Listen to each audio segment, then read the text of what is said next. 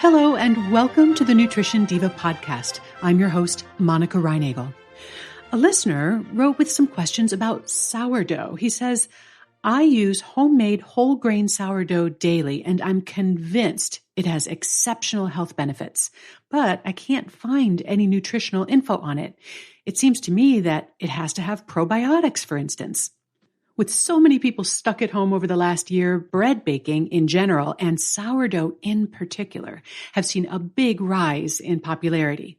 And I think that many people share this listener's conviction that sourdough must somehow be more nutritious than just regular bread. But are those beliefs backed up by any science? Sourdough is a traditional method of making bread that's a bit more time and labor intensive than modern methods, and maybe that's why we assume it must also be better for us. A lot of bread these days is made with dried baking yeast, which are reanimated when they're combined with warm water. And then when mixed with flour, the reanimated yeast start to digest the sugars in the flour, releasing carbon dioxide gas. And this gas gets trapped in pockets in the dough and causes the dough to rise. Sourdough bread also uses microorganisms to generate the gas that makes the bread rise. But in this case, lactobacillus bacteria are the ones doing the heavy lifting. These bacteria, along with some uncultivated or wild yeasts, are naturally present in the flour, as well as just in the air. So to make a sourdough starter, you just combine flour and water and you let it sit loosely covered for several days in a warm room and just let nature do its thing. As the bacteria in the flour start to reproduce, they give off carbon dioxide gas and lactic acid. And eventually, you end up with a tangy, bubbly mixture with enough oomph to leaven a loaf of bread. So sourdough bakers will typically take a cup or two of this starter out of the batch and then replace it with fresh flour and water. Because unlike a packet of dried yeast, which you can store in the fridge for years before using it, a sourdough starter is a living, breathing colony that requires ongoing care. If you don't periodically add more flour to it, the bacteria will run out of food and die. And this is how people end up hiring sourdough babysitters when they have to go on extended trips. Bread made with sourdough, as opposed to baking yeast, has a characteristically sour or tangy taste, and that's one of its chief attractions. The texture of the bread is also usually a little denser, moister, and chewier than yeast-risen bread, which adds to its charms. And the lactic acid also acts as a natural preservative, meaning that sourdough breads keep well without a lot of added preservatives. Because the specific microorganisms present in a sourdough depend on the type of flour that's used and the kind of yeast that happen to be hanging out in your kitchen, every batch of sourdough has a unique personality, even a terroir, and one that's constantly evolving. And this can be a source of frustration as well as joy. If you talk to a sourdough baker about his starter, you'll soon start to get the feeling that they're talking about a member of the family, or at least a pet, with a variety of quirky traits and preferences. It's not uncommon for bakers to name their sourdough. An opera singer friend of mine, for example, named his Brunhildo. If you somehow get really lucky and get a really good starter, one that produces a nice springy loaf with the perfect balance of tanginess, you can get even more neurotic about it, or at least so I'm told. Seriously, really good sourdough starters are valuable. Not like GameStop stock or anything, but still, you could divide it and give it as gifts. You can even sell it. Case in point, I was once on a hiking vacation in Wyoming and Idaho, and one day we had breakfast in a diner where the pancakes and the breads were made with a famous 100-year-old sourdough starter that had been continuously cultivated since pioneer days. So obviously we had to buy some of that starter.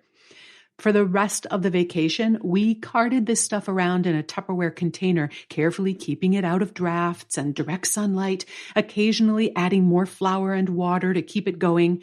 And somehow we managed to get it all the way home to Maryland without it leaking out into our luggage.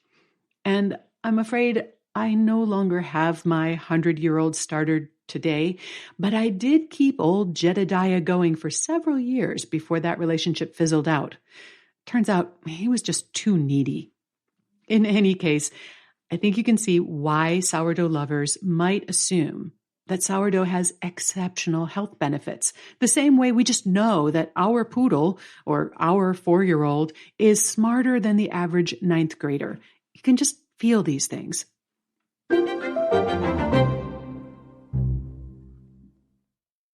Although I'm not sure that they rise to the level of exceptional health benefits, sourdough bread does offer a few advantages, and most of these stem from the lactic acid left over from the bacterial fermentation, and not from the bacteria themselves. Whatever beneficial bacteria are present in the starter, they will probably be destroyed by cooking. Most lactobacillus bacteria are only viable to about 112 degrees Fahrenheit. So while sourdough starter could be considered a probiotic food, sourdough bread would not. However, the lactic acid may render some of the nutrients in the bread more absorbable and also reduce the presence of compounds that sometimes irritate sensitive guts. Although sourdough bread made with wheat would still be off limits for those with celiac disease, many people with non-celiac wheat sensitivities find sourdough bread a little bit easier to digest. There's also some data suggesting that sourdough bread might be less likely to spike your blood sugar than a non-sourdough bread, and much has been made of this, but at least one really well-controlled recent study found no difference between sourdough and regular bread on average in terms of the way they affected blood sugar. However, in this study, they did note a huge variation in the subjects' blood sugar responses to both sourdough and regular bread. The effect of bread on your blood sugar appears to depend more on the individual and perhaps their microbiome than it does on the type of bread. And as always, I have links to the research that I reviewed for today in the show notes. You'll always find those at quickanddirtytips.com. Really, the biggest factor in the nutritional value of sourdough bread is whether it's made with refined or whole grain flour. Whole grain sourdough will be higher in fiber and certain nutrients than sourdough made with white or refined flour. And both might be slightly more digestible than their non-sourdough counterparts. But a regular whole grain loaf is usually going to be higher in fiber or nutrients than a white sourdough bread. So a whole grain sourdough bread may be one of the healthiest choices in the bread category, but that's not a license to abandon all restraint. Even sourdough bread is still bread. Although it may be one of the culinary highlights of your meal, it's unlikely to be the nutritional superstar. So you'd still want to consume sourdough in moderation and not at the expense of other more nutrient-dense foods.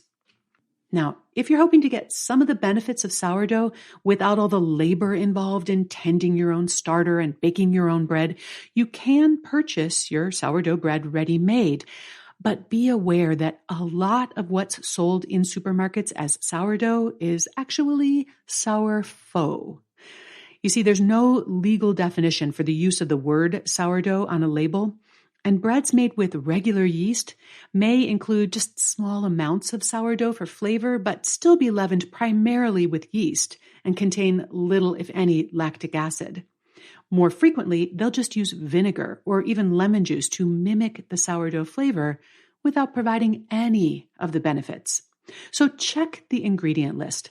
A true sourdough bread will usually contain just flour, water, and salt. That label may or may not include the word starter, culture, or levain, which all mean the same thing, because those are also just made with flour, water, and salt. But if you see yeast in that ingredient list, that's a pretty good tip-off that you're not dealing with a true sourdough bread. And a long list of chemical preservatives is another clue that it's not the real thing. So if you've been fermenting or baking up a storm, share some pictures of your favorite starter or the stuff that you've been making with it on the Nutrition Diva Facebook page. Just go to facebook.com/Nutrition Diva. And I also want to invite you to check out my new podcast with Brock Armstrong, also known as the Get Fit Guy. Our podcast is called The Change Academy, and it's all about the art and science of behavior change. And you'll find that wherever you listen to podcasts. The Nutrition Diva Show is written by me, Monica Reinagel, edited by Karen Hertzberg. It's produced by Nathan Sams, and our fabulous team at Macmillan Audio also includes Morgan Ratner, Emily Miller, Michelle Margulis, and our director, Kathy Doyle. Thanks so much for listening, and remember to eat something good for me.